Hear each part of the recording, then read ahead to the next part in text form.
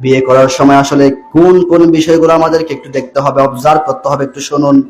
বিশ্বনবী সাল্লাল্লাহু আলাইহি ওয়াসাল্লাম বলেছেন, তুনকাহুল মারওয়াতু লিআরবাঈ, লিমালিহা ওয়া লিহাসাবিহা ওয়া লিজামালিহা ওয়া লিদীনিহা ফাযফার বিযাতিদ দীন তারিবাত ইয়াদাক। বিশ্ব নবী সাল্লাল্লাহু আলাইহি ওয়াসাল্লাম বলেছেন, যখন বিয়ের জন্য পাত্রী দেখতে যাবা, তখন মেয়েদের তোমরা চারটি গুণ তোমরা খুঁজবা, চারটি বৈশিষ্ট্য তোমরা দেখবা।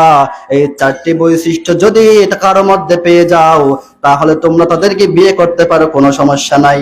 তার মধ্যে এক নম্বর হচ্ছে লিমা আলিহা, এক নম্বর হচ্ছে ধন সম্পদ, তার ধন সম্পদ আছে কিনা আপনাকে যাচাই বাছাই করতে হবে। এরপর হচ্ছে ওলি হাসাবিহা, মেয়ের হচ্ছে আপনার বংশমর্যাদা, অর্থাৎ আপনি যে পরিবারের মধ্যে বিয়ে করবেন তার সামাজিক বংশমর্যাদা কেমন সেটা আপনাকে দেখতে হবে। এরপর হচ্ছে ওলি জামালেহা, মেয়ের রূপ সৌন্দর্য আপনাকে দেখতে হবে। আপনি যে বিয়ে করবেন, আপনার পজিশনের একজনকে আপনি যখন বিয়ে করবেন, ওই মেয়েটির সৌন্দর্য আছে কিনা, রূপ যৌবন আছে কিনা, এটাও আপনাকে অবশ্যই খেয়াল করতে হবে।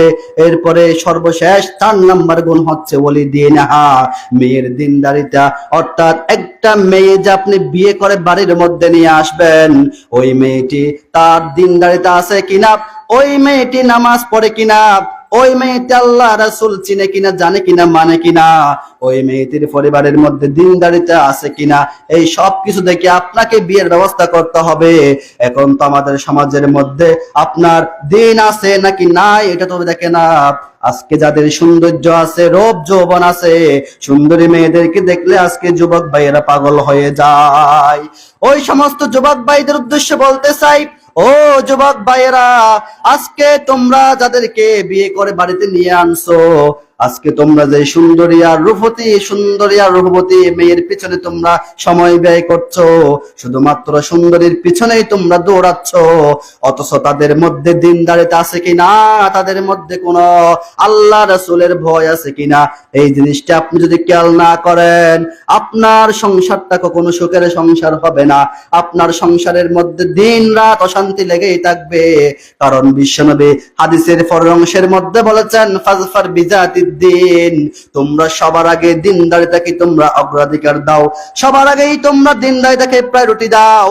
কারণ আপনি যদি দিনদার মেয়েকে যদি আপনি অগ্রাধিকার না দেন, মূল্যায়ন না করেন, তাহলে আপনি যতই সুন্দরী আর রূপবতী মেয়েকে বিয়ে করে আপনি বাড়ির মধ্যে আনেন না কেন, তার ভিতর যদি দিন না থাকে, তার ভিতর যদি ইসলাম না থাকে, তার ভিতর যদি কোরআন হাদিস না থাকে, এমন দিনহীন নারীকে বিয়ে করে